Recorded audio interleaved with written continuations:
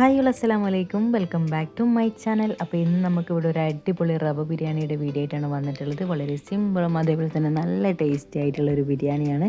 അപ്പോൾ ഇത് എങ്ങനെ ഉണ്ടാക്കിയെടുക്കാൻ നോക്കാം. അതിനുവേണ്ടി പാൻ വെച്ചിട്ടുണ്ട്. ഇതിലോട്ടേക്ക് ഗീ ചേർത്ത് കൊടുക്കാം കേട്ടോ.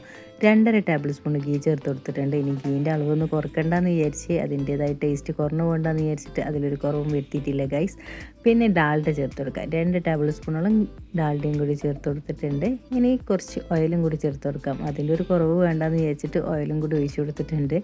ഇനി നമ്മൾ സാധാരണ ബിരിയാണിക്കൊക്കെ സവാള ഒന്ന് വറുത്ത് മാറ്റി വെക്കുമല്ലോ, അതേപോലെ സ്ലൈസായിട്ട് കട്ടാക്കിയ സവാള വറുത്തൊന്ന് മാറ്റി വെക്കാം. ഞാനിവിടെ ഒരു സവാള കേട്ടോ, വലിയൊരു സവാള സ്ലൈസായിട്ട് കട്ടാക്കിയതാണ്. അതൊന്ന് വറുത്ത് മാറ്റി വെക്കാം. അതിൻ്റെ കൂടെ തന്നെ കാഷ്യൂം കൂടി ചേർത്ത് കൊടുക്കുന്നുണ്ടെങ്കിൽ അതും കൂടി ചേർത്തിട്ട് ഒന്ന് വറുത്ത് മാറ്റി വെക്കാം കേട്ടോ. ഒരു ബ്രൗൺ കളറാകുമ്പം തന്നെ നമുക്ക് ഈ സവാള ഇതിൽ നിന്ന് മാറ്റാം കേട്ടോ. അതിൻ്റെ കൂടെ തന്നെ ഞാനിവിടെ ഏകദേശം ഒന്ന് വറുത്ത് വരാനാകുമ്പോൾ തന്നെ നമ്മൾ കാഷ്യൂം കൂടി ചേർത്ത് കൊടുത്തിട്ടുണ്ട്. എല്ലാം കൂടി ഒന്ന് വറുത്ത് മാറ്റി വെക്കാം. ഏകദേശം ആയിട്ടുണ്ട് കേട്ടോ. അപ്പോൾ ഞാനിവിടെ ഗീയിൽ നിന്ന് ഈ സവാളയും അതേപോലെ തന്നെ കാഷ്യൂം കൂടി എടുത്ത് മാറ്റി വെക്കുകയാണ്. പിന്നെ ഇതേ സെയിം ഈ ഗീയിൽ തന്നെ നമുക്ക് സവാള നമ്മൾ സാധാരണ ബിരിയാണിക്കൊക്കെ ഉണ്ടാക്കാൻ വേണ്ടിയിട്ട് കുറച്ച് കൂടുതൽ എടുക്കുമല്ലോ, അതേപോലെ ഒരു 4 സവാള സ്ലൈസായിട്ട് കട്ടാക്കി എടുത്തതാണ്.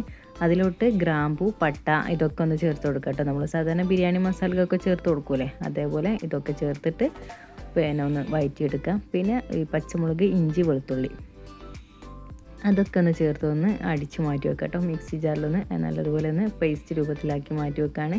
പിന്നെ തക്കാളി ഞാനിവിടെ ഒരു 2 വലിയ തക്കാളിയാണ് ചേർത്ത് കൊടുത്തിട്ടുള്ളത്.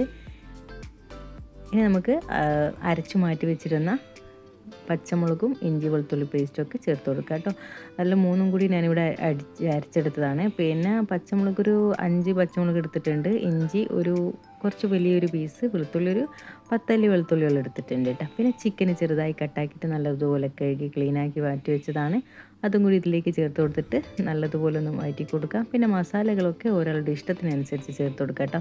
കുറച്ച് കൂടുതൽ ചേർത്ത് കൊടുക്കണമെന്നുണ്ടെങ്കിൽ എല്ലാം കൂടുതലായിട്ട് ചേർത്ത് കൊടുക്കാം. ഞാനിവിടെ മഞ്ഞൾപ്പൊടി, മുളക് പൊടി, മല്ലിപ്പൊടി, പിന്നെ ഗരം മസാല, കുരുമുളക് പൊടി, പിന്നെ ചിക്കൻ മസാല അല്ലെങ്കിൽ ബിരിയാണി മസാല അങ്ങനെ എന്തെങ്കിലും ചേർത്താൽ മതി കേട്ടോ. ഞാനിവിടെ മജ്ബൂസ് മസാലയാണ് ചേർത്ത് കൊടുത്തിട്ടുള്ളത്.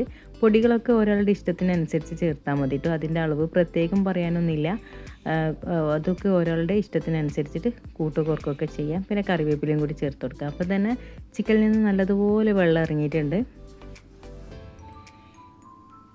ഇനി നമ്മൾ എത്രത്തോളം റവ എടുക്കുന്നുണ്ട് അതിനനുസരിച്ചിട്ടുള്ള വെള്ളം എടുക്കുക. ഞാനിവിടെ 1 കപ്പ് റവക്ക് 1.5 കപ്പ് വെള്ളമായിട്ടാണ് ചേർത്ത് കൊടുത്തിട്ടുള്ളത്. അതിപ്പം കൂടുതലും ഓരോ ആൾക്കാർക്ക് ഓരോ രീതിയിലായിരിക്കും. നല്ലതുപോലെ ഒന്ന് സോഫ്റ്റായിട്ട് കിട്ടണമെന്നുണ്ടെങ്കിൽ ഇരട്ടി വെള്ളം എടുക്കും. അപ്പോൾ എനിക്കിത് കുറച്ച് വിട്ട് വരുന്ന വിധത്തിലാണ് വേണ്ടത്. അതുകൊണ്ട് ഞാൻ കുറച്ച് വെള്ളം കുറച്ചിട്ടാണ് ഒഴിച്ചിട്ടുള്ളത്. 1 കപ്പിന് 1.5 കപ്പ് വെള്ളമായിട്ടാണ് ചേർത്തെടുത്തിട്ടുള്ളത്. അതിനനുസരിച്ചിട്ട് ചെയ്താൽ മതി കേട്ടോ. എന്നിട്ട് റവ ഞാനിവിടെ ഏകദേശം 4 കപ്പ് റവയിൽ വെച്ചിട്ടാണ് ചെയ്തെടുക്കുന്നത്. അപ്പം വെള്ളമൊക്കെ അതിനനുസരിച്ചിട്ട് ചേർത്ത് കൊടുക്കുക. എന്നിട്ട് നല്ലതുപോലെ ഒന്ന് മിക്സാക്കി അടച്ച് വെക്കുക കേട്ടോ. പെട്ടെന്ന് തന്നെ ഇത് നമുക്ക് വെന്ത് കിട്ടും. നമ്മൾ വറുത്ത റവയാട്ടോ ചേർത്ത് കൊടുത്തിട്ടുള്ളത്. അത് പ്രത്യേകം ശ്രദ്ധിക്കുക. വറുത്ത റവ തന്നെ ചേർത്ത് കൊടുക്കാൻ വേണ്ടി ശ്രദ്ധിക്കുക കേട്ടോ. എന്നിട്ട് കുറച്ച് സമയം കഴിഞ്ഞ് നോക്കുമ്പോൾ നമ്മളുടെ റവ ബിരിയാണി ഇവിടെ റെഡിയാണ്. ഇതിൽ മല്ലിയില ചേർത്ത് കൊടുക്കുന്നുണ്ടെങ്കിൽ നല്ലതുപോലെ മല്ലിയിലയും കൂടി ചേർത്ത് കൊടുക്കുക. അപ്പോൾ നല്ല ടേസ്റ്റ് ആയിരിക്കും. പിന്നെ വറുത്ത് മാറ്റി വെച്ചിരുന്ന സവാളയും അതേപോലെ കാഷ്യൊക്കെ ചേർത്ത് കൊടുത്തിട്ടുണ്ട്. അടിപൊളിയായിട്ടുള്ള സ്മെല്ലുമാണ്, അതേപോലെ തന്നെ നല്ല ടേസ്റ്റിയാണ്. അപ്പോൾ എന്തായാലും ട്രൈ ചെയ്തിട്ട് ഫീഡ്ബാക്ക് അറിയിക്കാൻ വിട്ടുപോകരുത് കേട്ടോ.